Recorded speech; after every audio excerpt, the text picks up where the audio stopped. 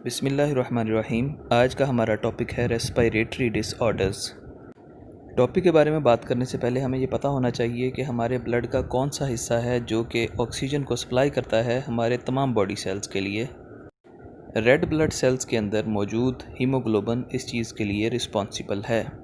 Respiratory disorders की मुख्तलिफ़ इक़साम हैं और ये पाकिस्तान में बहुत ज़्यादा पाई जाती हैं। ख़ास तौर पे यहाँ के माहौल में पोल्यूशन होने की वजह से इनकी तादाद बहुत ज़्यादा है। शहरी इलाकों के साथ साथ देहाती इलाकों में भी ये बीमारियाँ पाई जाती हैं। सबसे पहली बीमारी जो हम पढ़ेंगे वो ब्रोंकाइटिस है। दरअसल ये ब्रोंकाई और ब्रोंक्यूल्स की इन्फ्लेमेशन है।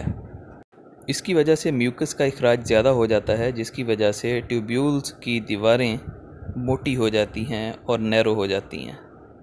इसकी वजह वायरस और बैक्टीरिया भी हो सकते हैं, लेकिन कुछ केमिकल इरिटेंट्स भी इसकी वजह बन सकते हैं, जैसा कि तंबाकू का धुआं। इसकी दो बड़ी इक़साम हैं, एक्यूट ब्रोंकाइटिस और क्रोनिक ब्रोंकाइटिस। ये एक ऐसा ब्रोंकाइटिस है जो कि अचानक होता है और कुछ अरसे के लिए रहता है। इसमें मरीज़ ज़्यादा से ज़्यादा 2 हफ्तों में ठीक हो जाता है और उसके ब्रोंकाई और ब्रोंक्यूल्स को भी कोई डैमेज नहीं होता। अगर ये इन्फ्लेमेशन लंबे अरसे तक रहे तो इसे क्रोनिक ब्रोंकाइटिस कहा जाता है। इसको ठीक होने के लिए 3 महीने से लेकर 2 साल तक का अरसा दरकार होता है।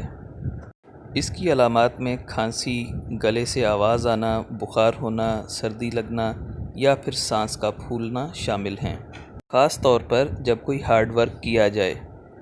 दूसरा अहम डिसऑर्डर एम्फीसीमा है। एल्वेलाई की दीवारों के तबाह होने को एम्फीसीमा कहा जाता है। इसके नतीजे में हवा की थैलियाँ बड़ी हो जाती हैं, लेकिन उनका सरफेस एरिया जो कि गैसियस एक्सचेंज के लिए अहम है वो कम हो जाता है। अगर लंग्स के टिश्यू टूट फूट का शिकार हो जाएं, तो लंग्स अपनी ओरिजिनल पोजीशन पर वापस नहीं आ सकते और हवा लंग्स के अंदर ही ट्रैप होकर रह जाती है। इस बीमारी से ज़्यादातर 45 साल या इससे ज़्यादा उम्र के लोग मुतासर होते हैं। डायग्राम में आप इस बीमारी की वजह से कैपिलरीज़ की तादाद कम होती हुई देख सकते हैं। इसकी अहम अलामात में सांस का फूलना, थकावट होना या किसी इन्फेक्शन का बार बार होना और वज़न का कम होना शामिल हैं। जब तक इसकी अलामात ज़ाहिर होती हैं, पेशेंट के 50 से 70% लंग्स टिश्यू मुतासर हो चुके होते हैं। ऑक्सीजन की कमी की वजह से ये मज़ीद मुश्किलात का बाइस बन सकता है। तीसरा डिसऑर्डर नमूनिया है, जो कि लंग्स की इन्फ्लेमेशन है। अगर ये इन्फ्लेमेशन दोनों लंग्स को मुतासर कर दे तो इसे डबल नमूनिया कहा जाता है। इसकी वजह बनने वाला बैक्टीरिया स्ट्रेप्टोकोकस नमोनाई है। कुछ वायरल इन्फेक्शंस यानी इन्फ्लुएंज़ा वायरस के ज़रिए या फिर फंगल इन्फेक्शन के ज़रिए भी नमूनिया फैल सकता है। जब नमूनिया के कॉजेटिव एजेंट एल्वेलाई में पहुंचते हैं तो वहां सेटल हो जाते हैं और अपनी तादाद को बढ़ाते हैं। इसकी वजह से लंग टिश्यूज़ डैमेज होते हैं और फ्लूइड और पस से भर जाते हैं। इसकी बड़ी अलामात में सर्दी लगना और उसके बाद बुखार होना, कपकपी तारी होना और खांसी, ऐसी खांसी जिसके साथ बलगम भी शामिल हो। पेशेंट की सांस भी फूल सकती है। पेशेंट की जिल्द का रंग बदलकर ऑरेंज या फिर पर्पल हो सकता है। ऐसा अमूमन ब्लड के अंदर ऑक्सीजन की कमी की वजह से होता है। ऐसे वैक्सीन मौजूद हैं जो कि स्ट्रेप्टोकोकस नमूनाई से होने वाले नमूनिया के इलाज में मददगार हैं।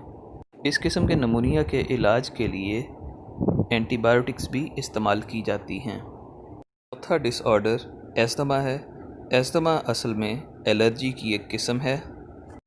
इसमें अमूमन ब्रोंकाई की इन्फ्लेमेशन, म्यूकस प्रोडक्शन और एयरवेज तंग हो जाती हैं। ब्रोंकाई और ब्रोंक्यूल्स एलर्जेंस के लिए सेंसिटिव हो जाते हैं। एलर्जन वो तमाम पार्टिकल्स हैं जो कि एलर्जी पैदा करने का बाइस बनते हैं, जैसा कि डस्ट, स्मोक, परफ्यूम, पॉलन्स वगैरह। जैसे ही कोई एलर्जन सेंसिटिव एयरवेज तक पहुंचता है तो एयरवेज सिकुड़ जाते हैं और मरीज़ को सांस लेने में दिक्कत होती है। इसकी अलामात मुख्तलिफ़ मरीज़ों में मुख्तलिफ़ हो सकती हैं। बड़ी अलामात में सांस का फूलना, जैसा कि रात के वक्त सोते वक्त, सांस लेते हुए सीटी की आवाज़ आना, खांसी और सीने की जकड़न शामिल हैं। اس کے علاج کے لیے ایسے کیمیکل استعمال کیے جاتے ہیں جو کہ برونکائی اور برونکیول کو ڈائلیٹ کر سکیں، یعنی ان کو پھیلا سکیں، اور یہ میڈیسن زیادہ تر انہیلر کی شکل میں دستیاب ہے۔ لنگ کینسر لنگز ٹیشو کی ان کنٹرولڈ سیل ڈویژن کو کہتے ہیں۔ سیلز بغیر کسی کنٹرول کے ڈیوائیڈ ہوتے ہیں اور ٹیومرز بناتے ہیں، اور یہ سیلولر گروتھ لنگز کے ارد گرد کے ٹیشوز کو بھی ڈیمیج کرتی ہے۔ اس کی علامات میں سانس کا پھولنا، کھانسی، جس میں خون بھی ساتھ آئے، اور وزن کا کم ہونا شامل ہیں۔ کینسر سے ہونے والی اموات میں لنگ کینسر کا ایک بڑا حصہ ہے۔ اس کی وجہ سے پوری دنیا میں ہر سال 1.3 ملین لوگ مر جاتے ہیں۔ اس کی بڑی وجہ کارسینوجینسز ہوتے ہیں، جیسا کہ سگریٹ میں پائے جاتے ہیں۔ کارسینوجینسز وہ کیمیکلز ہیں جو کہ کینسر کی وجہ بنتے ہیں۔ اس کے علاوہ وہ ریڈیشنز جو آئونائزیشن کا باعث بنتی ہیں، اور وائرل انفیکشن بھی اس کی وجوہات میں شامل ہیں۔ سگریٹ نوشی لنگ کینسر کی ایک بڑی وجہ ہے۔ جو لوگ سگریٹ نہیں پیتے ان میں لنگ کینسر کا خطرہ کم ہوتا ہے۔ سگریٹ کے دھوئیں میں 50 کے قریب کارسینوجینسز موجود ہیں۔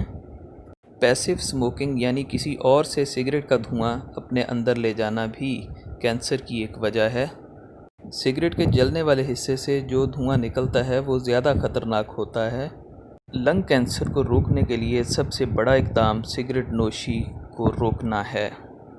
ورلڈ ہیلتھ آرگنائزیشن نے مختلف ملکوں کی حکومتوں سے یہ کہا ہے کہ کینسر کا باعث بننے والے سگریٹ کے اشتہارات پر پابندی لگائی جائے۔ سگریٹ نوشی سگریٹ کے دھوئیں میں موجود مختلف قسم کے کیمیکلز کی وجہ سے نقصان دہ ہوتی ہے۔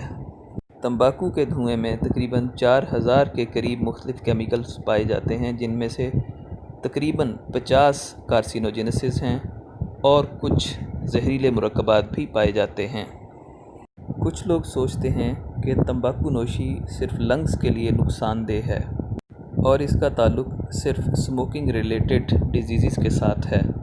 ایسا نہیں ہے، بلکہ سگریٹ اسموکر سر سے لے کر پاؤں تک مختلف بیماریوں سے اس کی وجہ سے متاثر ہوتا ہے۔ اسے اس کی وجہ سے ہر وقت بہت سی بیماریوں کا خطرہ لاحق رہتا ہے۔ اگر ایک آدمی سگریٹ پینا چھوڑ دیتا ہے تو اس کے لنگز کا نقصان رک جاتا ہے، بلکہ لنگز کے ڈیمیجڈ حصے ریپیئر ہو جاتے ہیں اور آہستہ آہستہ وہ پارٹیکلز جو اسے خراب کر رہے ہوتے ہیں وہ ریموو ہو جاتے ہیں۔ نکوٹین ایک زہریلا مرکب ہے جو کہ ماضی میں انسیکٹی سائیڈ کے طور پر استعمال ہوتا رہا ہے۔ یہ جب تمباکو کے دھوئیں کے ساتھ ہمارے جسم میں داخل ہوتا ہے تو یہ ہمارے بلڈ سرکولیٹری سسٹم میں داخل ہو جاتا ہے۔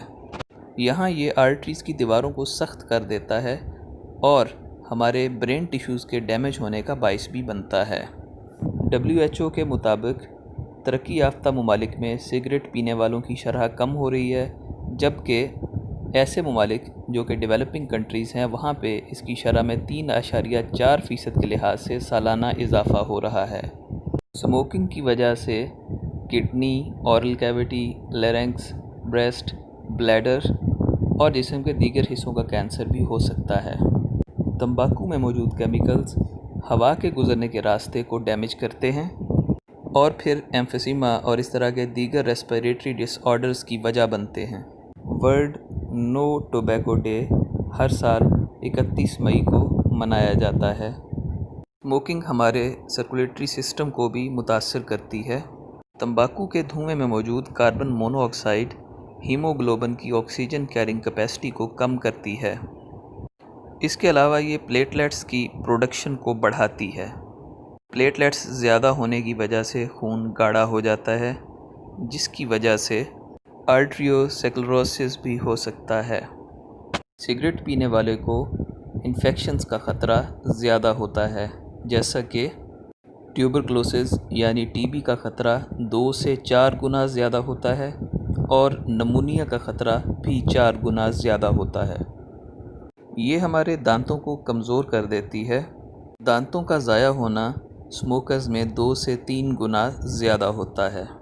ایسے لوگ جو کہ پیسو اسموکر ہوتے ہیں، یعنی گھر پر یا کام پر جانے کے بعد وہاں سے سگریٹ کا دھواں حاصل کرتے ہیں، انہیں دل کی بیماریوں کا خطرہ 25 سے 30% ہوتا ہے اور لنگ کینسر کا خطرہ 20 سے 30%۔ اسموکرز سماجی طور پر بھی بہت متاثر ہوتے ہیں، کیونکہ زیادہ تر لوگ ان کے پاس بیٹھنا پسند نہیں کرتے تاکہ سگریٹ کے نقصانات سے بچ سکیں۔